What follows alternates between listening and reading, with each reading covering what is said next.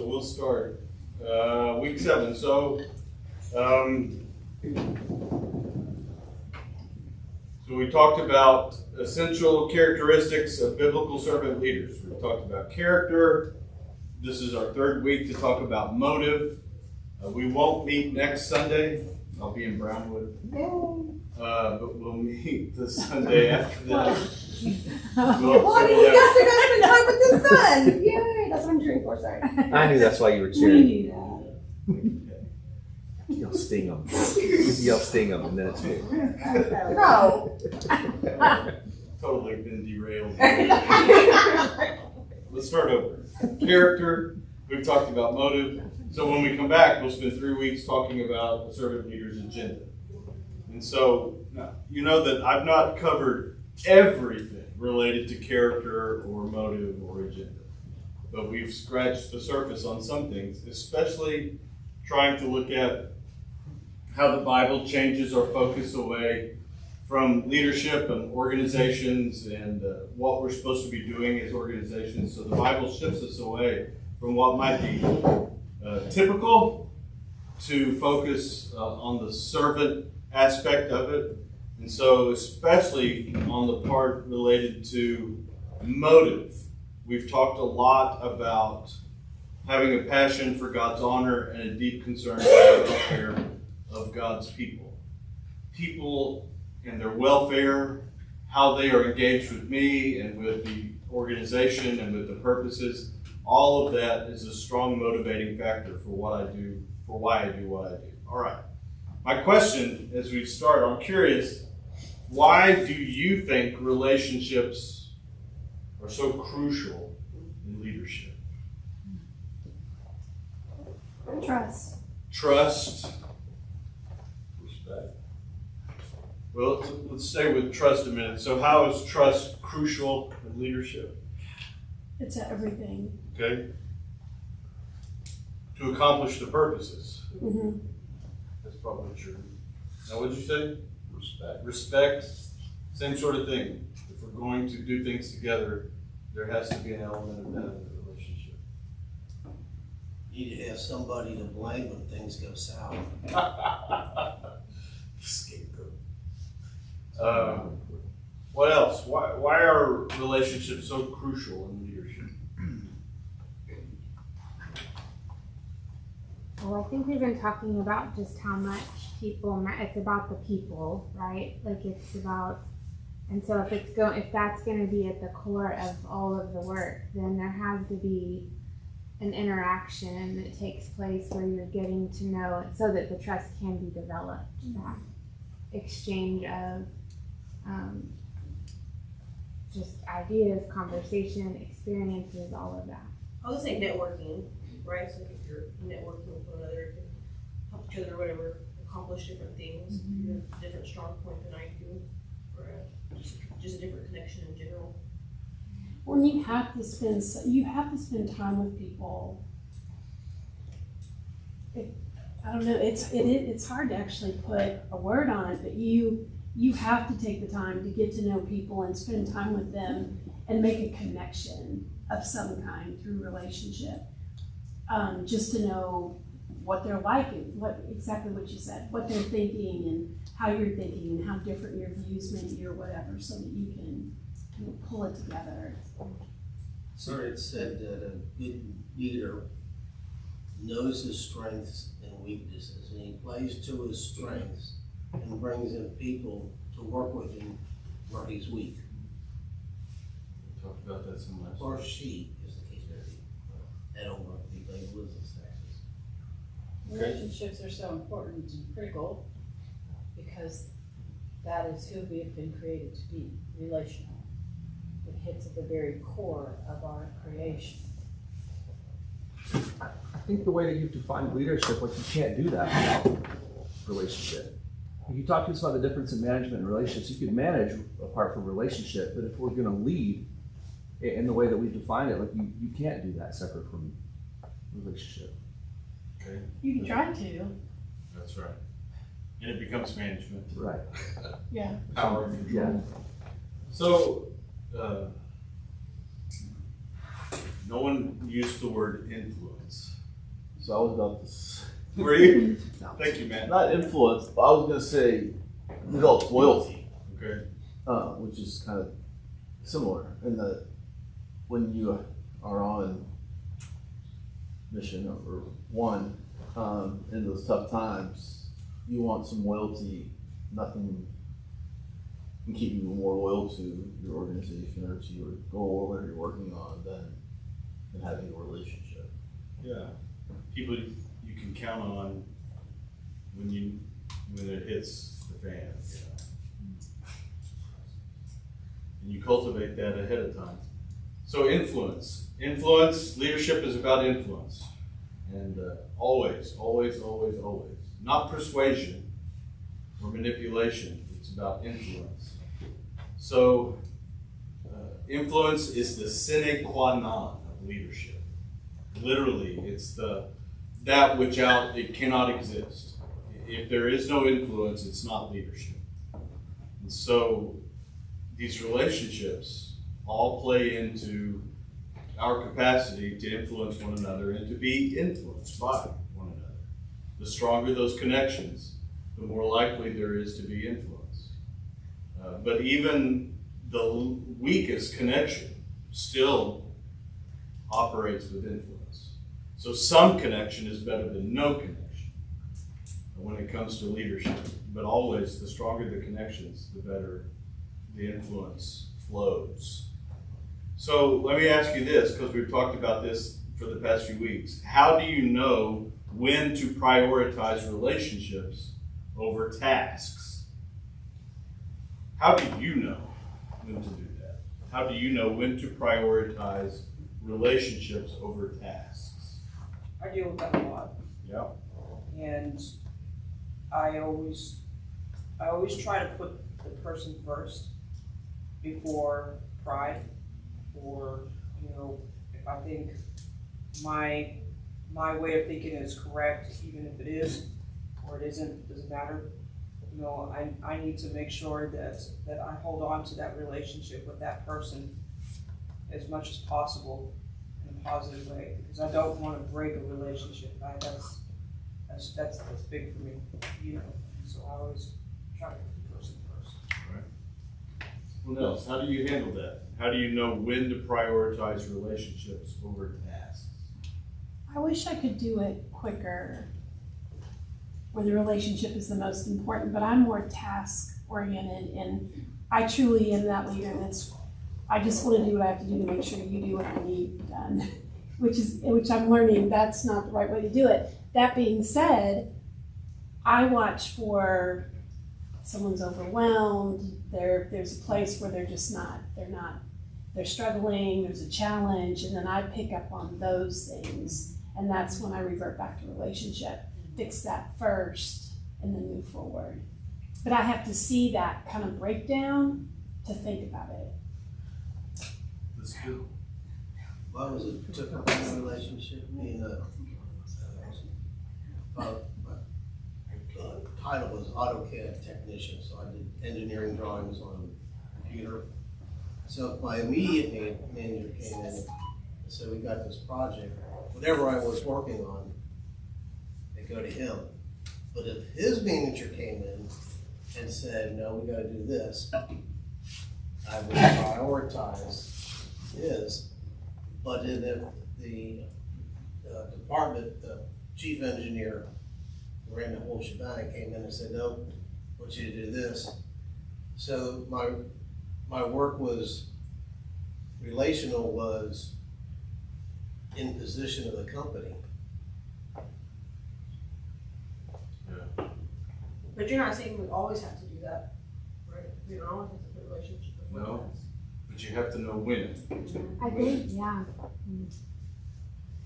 When the relationship is well developed, then you learn to read the room. Like, to me, it's just about learning to read the room. And nothing has killed us more than when we have to have meetings over Google Meet or Zoom. And I have not failed a meeting more than when I had a group of people that I couldn't read body language, I couldn't read deep breathing, there wasn't eye contact, like all that stuff goes away and suddenly you're like left with only the words and maybe some facial expressions, and it just can go south really fast. So for me, it's been about learning to read the room. Yeah. But it's hard to do that if you don't know people, if you haven't built relationships. And so, and you're saying it's possible that as a society, even we're still trying to adapt to the reality of the online. Because I'm reading this book called How We Love. Have you ever heard of it? It's from a biblical counselor, and they're saying that the way we relate to people is based on how we were raised. Yeah. So, I'm like Patty, I'm definitely task oriented. you really? But as I've gotten older, I've learned that the more that I have relationship and focus on people, the more productive they are.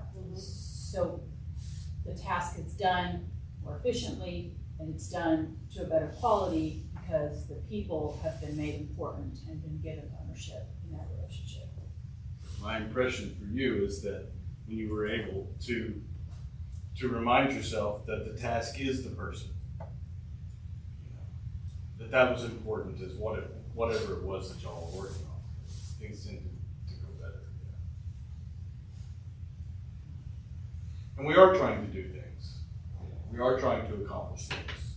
And there are jobs, especially in business, that have to be done. And the church even has a mission that's very important, profound, and compelling. So there are things to do. We're not just lounging around, sharing a Coke, roasting marshmallows over the campfire. There are things to be done. But the mission and those people, we have to always remember to keep that in balance. Because they are both part of why we do what we do. To accomplish things for God's glory and to show concern for God's people. It's both things. So last week we talked about the mechanistic nature of organizations and shifting to a more organic and human focused priorities in our priorities, relating to people, making people important, trying to create organizations and relationships that are fit for humans rather than machinery and interchangeable parts and all of that.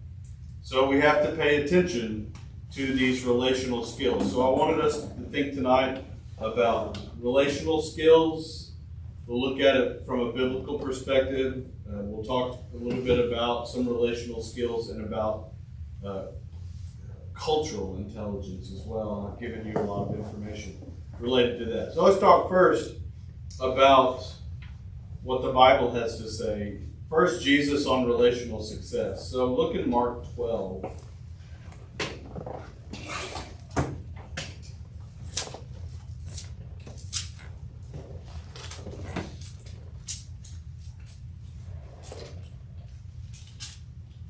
So this will probably be familiar. Let's actually start at verse 28. Excuse me, it says, one of the teachers of the law came and heard them debating. Noticing that Jesus had given them a good answer, he asked him, of all the commandments, which is the most important? The most important one, Jesus answered, is this: Hear, O Israel, the Lord our God, the Lord is one. Love the Lord your God with all your heart and with all your soul, and with all your mind, and with all your strength. The second is this: love your neighbor as yourself. There is no commandment greater than these.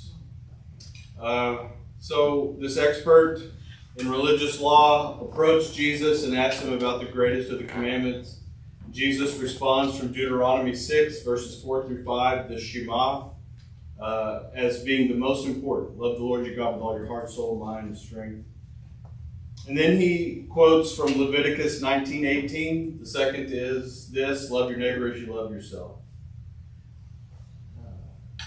I think one of the things that Jesus emphasized consistently related to his kingdom and those who are part of his kingdom is the fact that loving God and loving others takes precedence over all the other priorities in life. So even in Matthew 22:40, when Matthew tells this story, Jesus adds all the law and the prophets hang on these two commandments. And that's a pretty potent formula for Jesus to say. He sums it all up. All the commands of the New Testament can be boiled down to these two things. It's just that simple. Love the Lord your God with all of who you are, and love your neighbor the way you love yourself. If we will do that, everything else in life, Jesus understood, has a tendency to fall into place. So, the vertical and then the horizontal aspect of our relationships. Now look in John 13.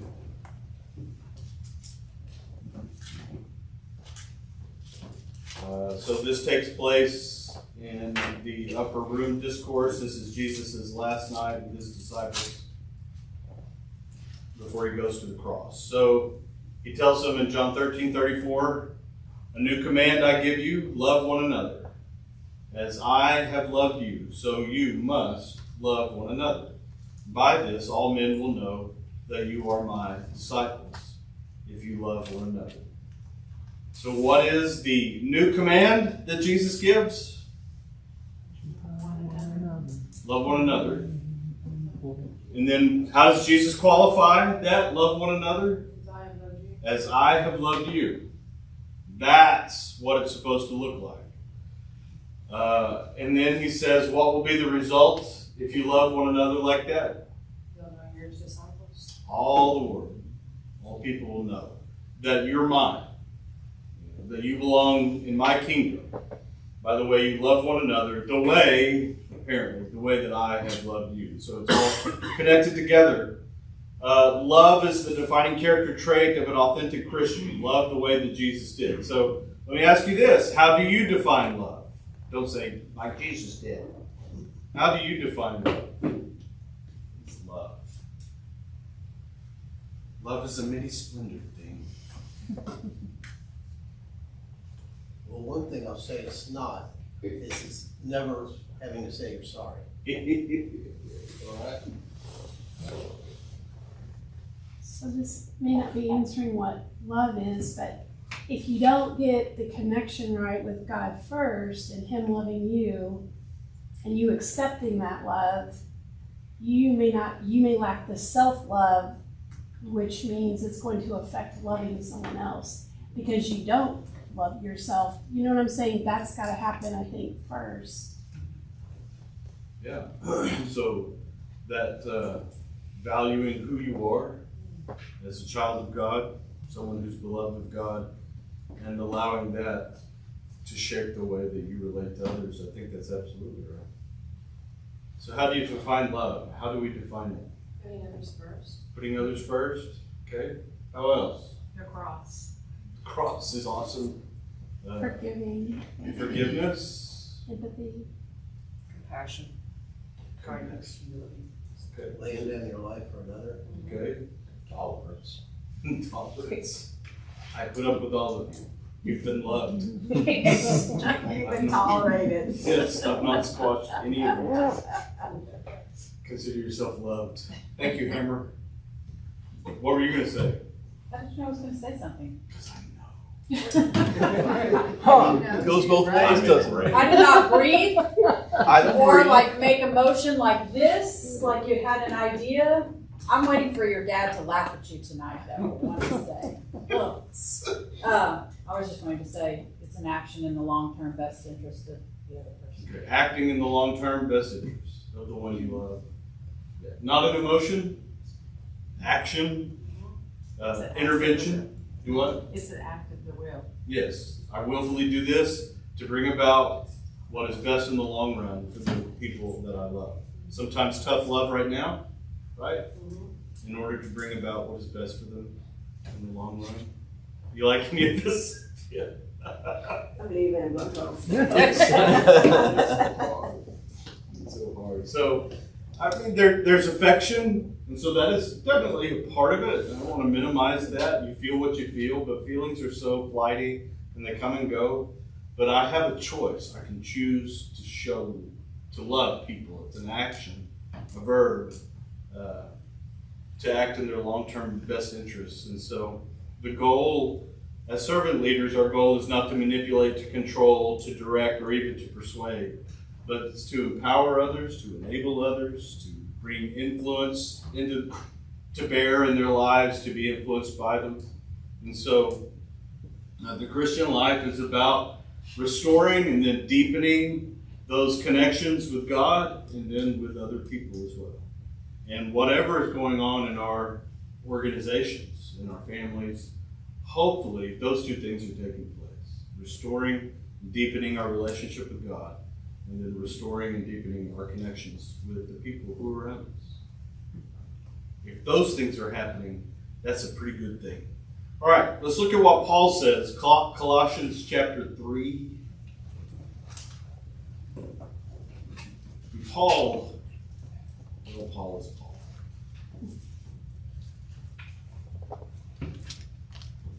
So, Colossians 3:12. A side note, Okay. Paul, I think it was in Thessalonians when he was talking about overseers and deacons and all them to take care of your household, because you can't serve God if you don't be able to handle your own household. And I was reading that this week, and I said, how does Paul have the right to say that? He was single. When most people are single, they go, well, you're not disciplining your child enough until they have a child. I'm not going to say anything. And you're going to teach on Thessalonians next week. I agree with everything you just said.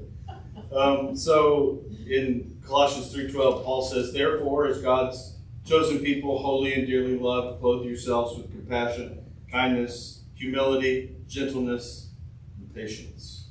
Bear with each other and forgive whatever grievances you may have against one another. Forgive as the Lord forgave you. And over all these virtues put on love, which binds them together in perfect unity. Yikes. So what's the connection between love and all those virtues that Paul commands the church to be clothed with? Humility. Okay. There's actions. Actions.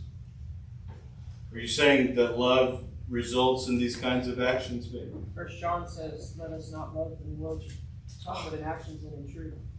Quote 1 John to me. That's my favorite verse, 3:18. Yeah. So that's right.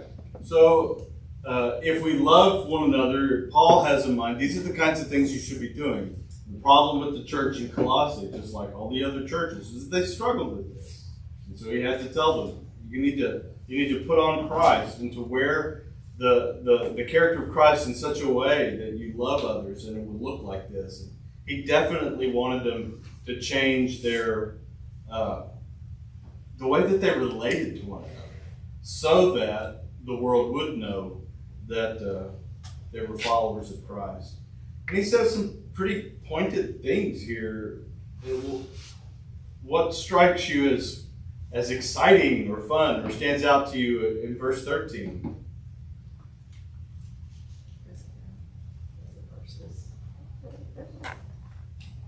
Anything you struggle with in verse 13? Forgive as the Lord forgave you. Man.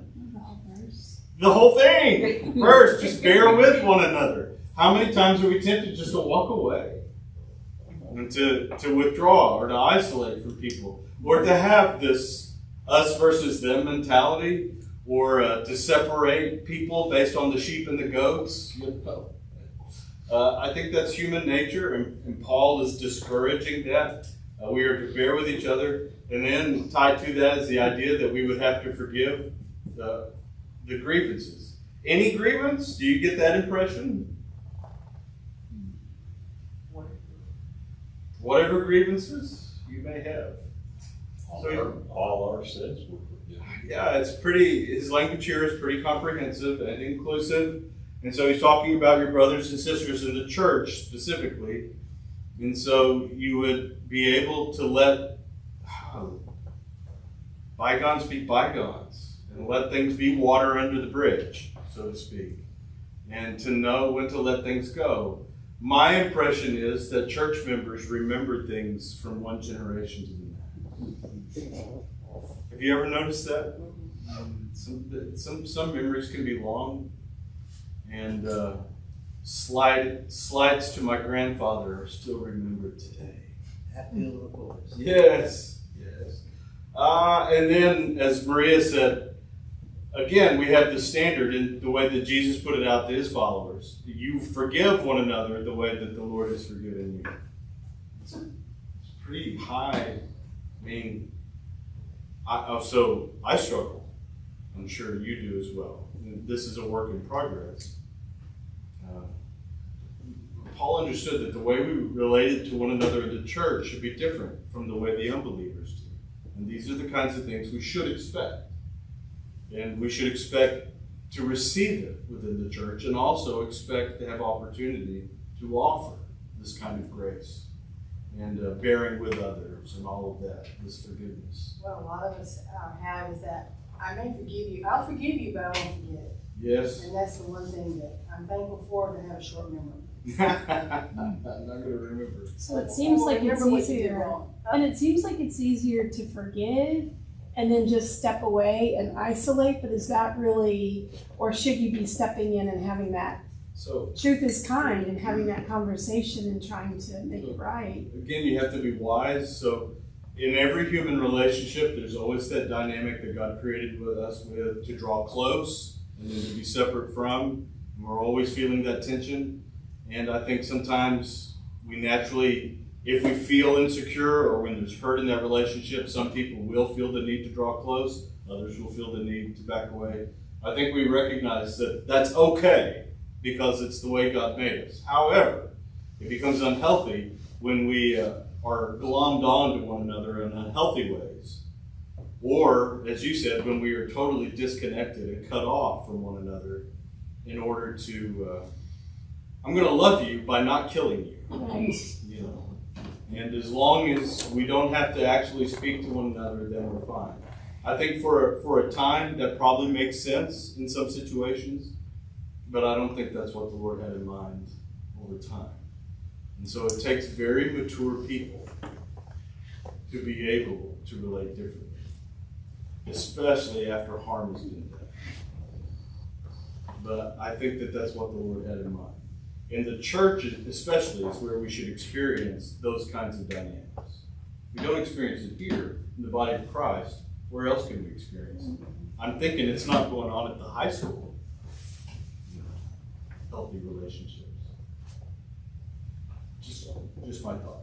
All right, I gave you here some other things related to some of the other things that Paul talks about, how we would relate to one another from Ephesians and then from Romans. And you can look all of that up tonight as you're going to sleep. So let's talk about engaging people with relational intelligence.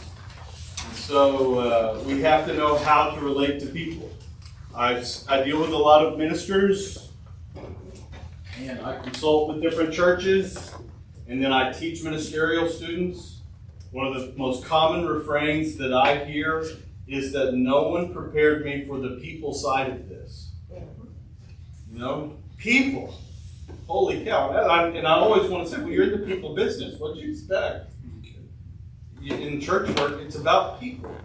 Well, no one told me what it was really like. Nobody told me what people were really like.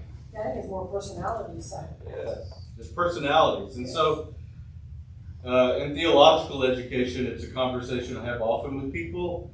How do we prepare ministers for peopling? For the people side of things. But it's a soft science, and it's not theology. And so we would prefer to teach Greek and Hebrew, and Old Testament and New Testament, and then let the ministers figure things out when they're out there.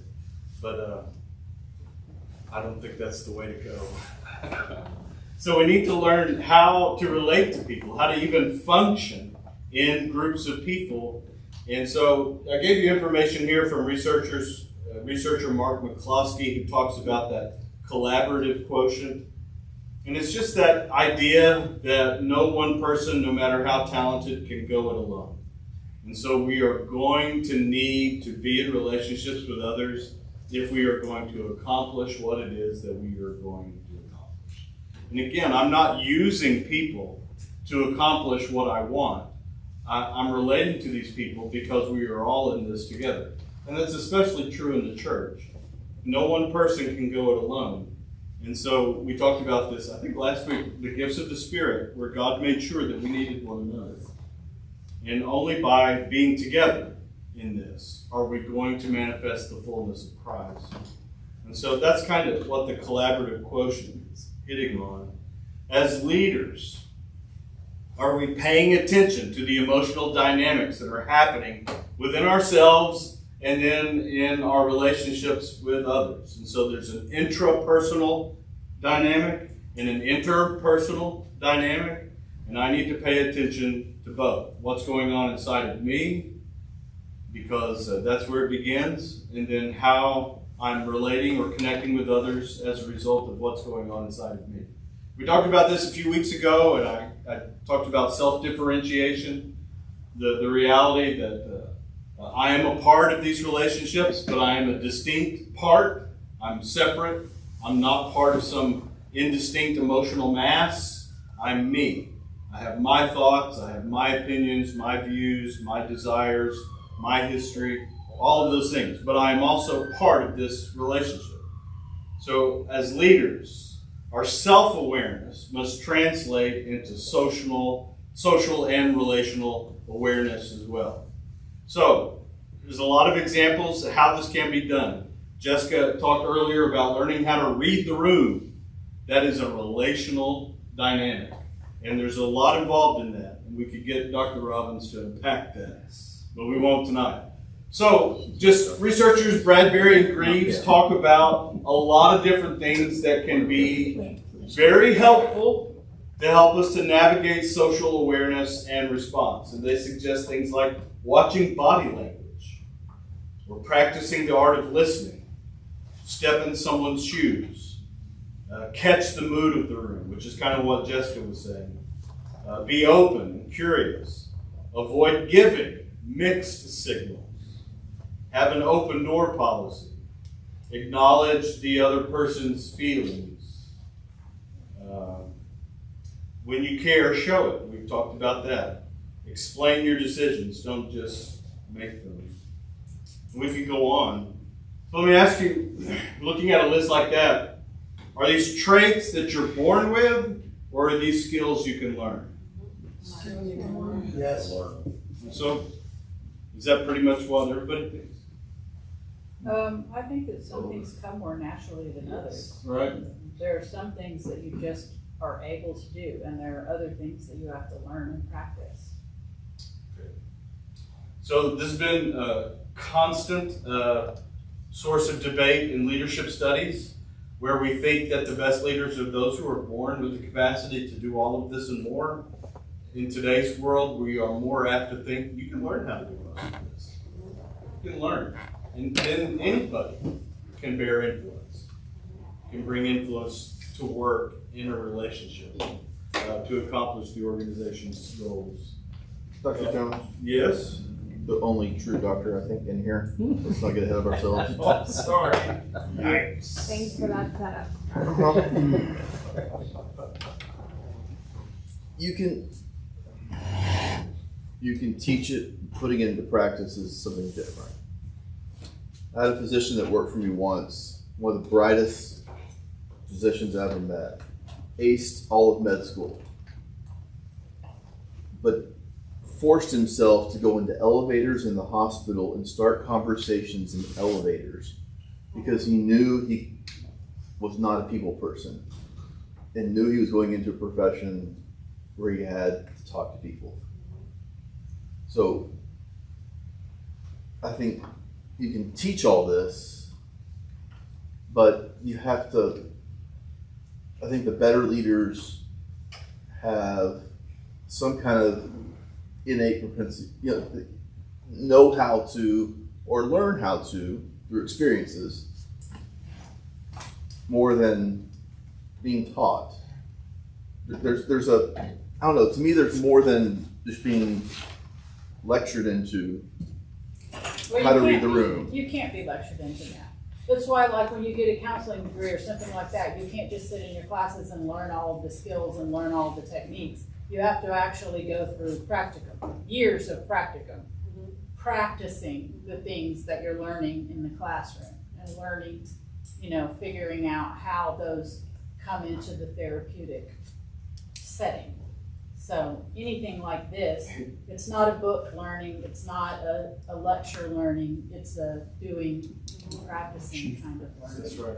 But I'll say that in business schools and in undergraduate college of business, they do teach these things, and it's Interesting. it is taught. But it takes a certain kind of person to go out and do it. Right. Yeah. Especially an introverted doctor who there is some professional distance to go into an elevator and talk to people. That's pretty big. Not every doctor is going to do that. And so I think it is commendable. More need to.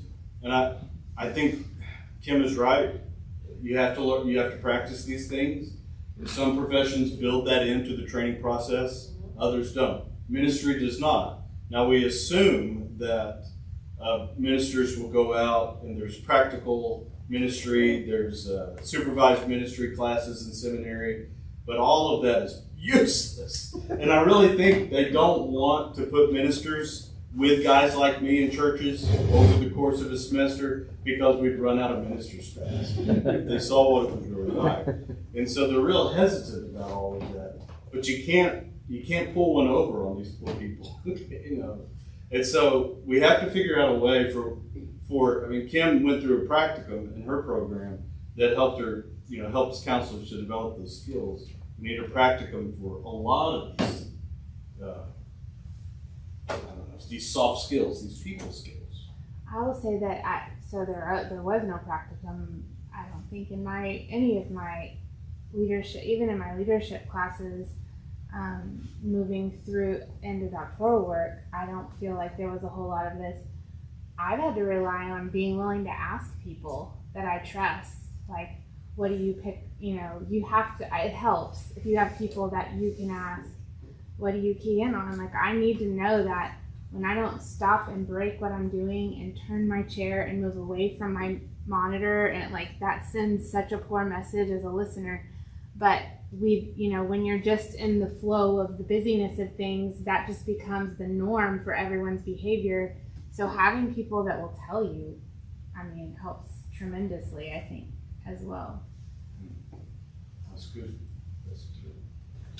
Let's talk about intercultural intelligence. So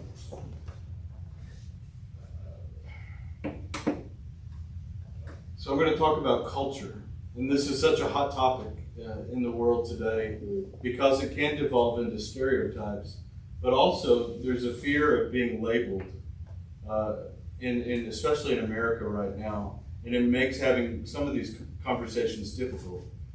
But the author, David Foster Wallace, in his famous This Is Water commencement speech, he begins with a joke about fish, and he says there's two young fish swimming along and they pass an older fish going the other direction, and the older fish says, "How's the water today, boys?"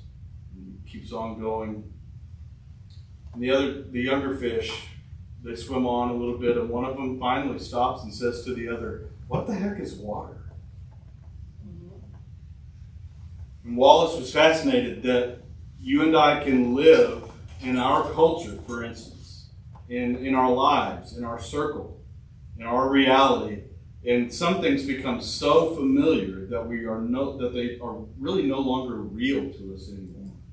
And so when it comes to culture, this is a very real thing that, especially for some of us, we don't even realize that this is how we are. This is how our families operate. This is how things work in our society. Because it is so natural to us, we're no longer paying attention to it. But if you move to a foreign country, what do you notice? It's differences. And it becomes a really big deal. And so there are differences. And it's not a stereotype. It's a real thing. that the way different cultures, different ethnic groups, different backgrounds relate. And if we're going to have meaningful connections, especially in the 21st century, even right here in Aransas County, even though we are relatively isolated from the rest of the world, not completely isolated. And so we do encounter different cultures right here, and it takes a certain amount of awareness and intelligence, so understanding of the way things work. So we want to begin by understanding our own culture, and then to try to be able to understand the life experiences of the people who are around us. I've given you a lot of information here from the GLOBE study. This is the Global Leadership and Organizational Behavior Effectiveness Study. And so they have looked at the different cultures around the world, and about 5 years ago, maybe 6, they finally published some of their findings, and it's groundbreaking. The sweeping nature of what they've done, and it's a work in progress. They're constantly fine-tuning this, but you can noodle this to death online if you were interested. So what they did was they looked at things like power distance, gender egalitarianism, uncertainty avoidance, assertiveness orientation, collectivism orientation, future orientation, and all of these different things. And they identified 10 clusters of people in over 60 countries all over the world. And I gave you those 10 groupings and kind of the main characteristics of these cultures that they found. And then in Aransas County, there are primarily 2 main cultures at work. What are those cultures? Hispanic and white. Yes, Anglo and the Latin cultures. And in South Texas, it's going to become even more pronounced as time goes by, that we won't live in just a monoculture, but we'll have people from all over. So what I did was I gave you from the GLOBE study the characteristics of the Anglo culture, or the Anglo cluster, and then the Latin American cluster, including their leadership preferences. You can thank me later. And then I gave you a summary of the key differences. So let's look at that. One of the key differences was individualism versus collectivism. In the Anglo culture, the Anglo cluster is more individualistic, focusing on personal success and autonomy, whereas the Latin American cluster is more collectivistic, emphasizing loyalty to the group and familial bonds. Does that affect the way our organizations function? Yes. Oh my gosh. Then you can look at the difference in power distance, the difference in performance orientation, and the humane orientation. I mean, people are bringing their cultural perspectives and backgrounds into these organizations, and they can't help it. It's natural. And it requires us as leaders to be sensitive to that, to pay attention to that, and to develop those skills to connect and to not allow the culture differences to continue to pull us apart. I gave you also some insights for practice. So first of all, recognize with availability and awareness. So as leaders work closely with others, relational skills often begin with simply recognizing. So we want to ask ourselves questions. What do our followers really care about? What motivates them? Why do they show up to their job or the role they serve in or volunteer in? What would inspire them to greater investment and service on behalf of the community? Questions like these involve seeing followers in a holistic manner and paying attention to the spiritual, emotional, physical, and intellectual needs that they bring to their lives and to their work. We're looking at them as people. So to be able to nurture this awareness, leaders often have to both make themselves available to their followers and model what matters with courage and vulnerability. In our organizations, we still need to be productive. There are things that need to be done and accomplished. But I think it helps when we are able to recognize that the people we are with are the ones who will do most of the accomplishing of that mission. And so we need to pay attention to them and be sensitive to them, to be curious about them. What needs are they bringing? Spiritual, emotional needs, physical needs. Not so much that I want to fix them, but I just want to look, I want to see them. I want to pay attention to that.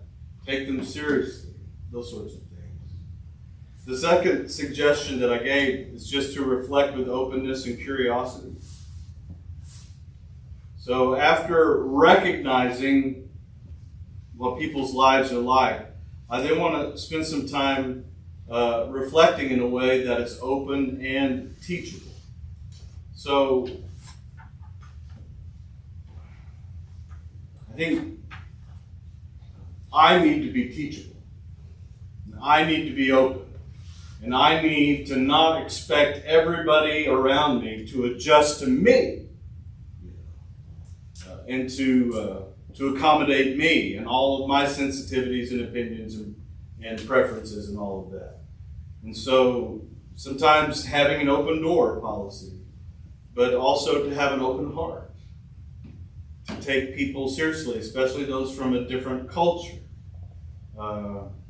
Caring about what we see in others, reflecting on their experience, their background, their stories, and then having intellectual curiosity, just being curious, having an open mind about them and their stories, asking questions about them, making the connection. Again, I'm not trying to peg them or put them in their place or stereotype them, I'm just wanting to know them, who they are. So curiosity is the key word there. The third thing I would suggest is just responding with adaptability. So, as leaders recognize what is happening in the interpersonal and intercultural dynamics around us, what we want to do is respond with a spirit that is willing to adapt and adjust. So I want to be as clear as I can. Adaptability is about responding in light of conviction. And so leaders need to act with conviction based on what they believe is best for their followers and their organization. Is it best for my followers and for the organization of which we are a part if everyone is a clone of me? No. So I'm going to have to do some changing as well. I'm going to have to be the one sometimes to adapt. It's reasonable to expect others to change as well, but I need to also be involved in that transformation. So as we are relating together to accomplish these purposes, I am never going to be the same. I will change as well. And that's part and parcel to what we call transformational leadership.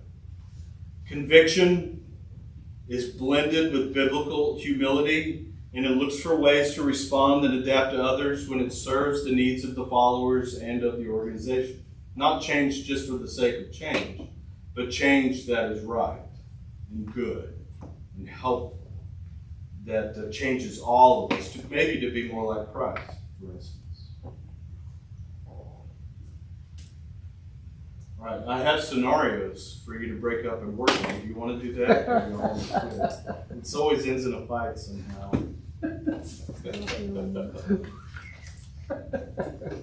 You have questions or comments or things you want to talk about tonight? I will make it more clear. I have so many questions. I just have to meet. So I'm like, banana split. Banana split for sure. Peopling. People it's a challenge. It's a challenge. And sometimes I'm a challenge. Right? Yes. I'm a challenge. I'm part of it. But that's the work. It seems to me that if we understood, I've gotten just a little bit of education on like poverty culture and so it seems like if we would really, so I'm like looking at all this thinking, oh my gosh, look at this information. Like this is fantastic.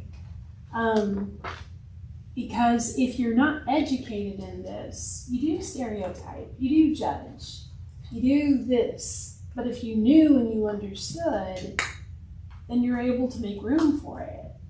and collaborate in spite of the differences. Yes. So this is just fantastic information. Or use the differences to enrich. To like, enrich, yeah. for sure. Yeah, it makes me really think immediately, oh, this is what I need to do at work. Like, this is who I need to bring in. This is what I need, So it's good information. I think it's like your willingness to be involved, right? I think if you're here to be a leader, you're willing to do those things. It's the people that just go on Facebook and are not willing to get educated. Another problem. Yes. Right. And remember, I've said this on Facebook and I've said it publicly, I think. People with no responsibility or accountability can say whatever they want. It doesn't matter.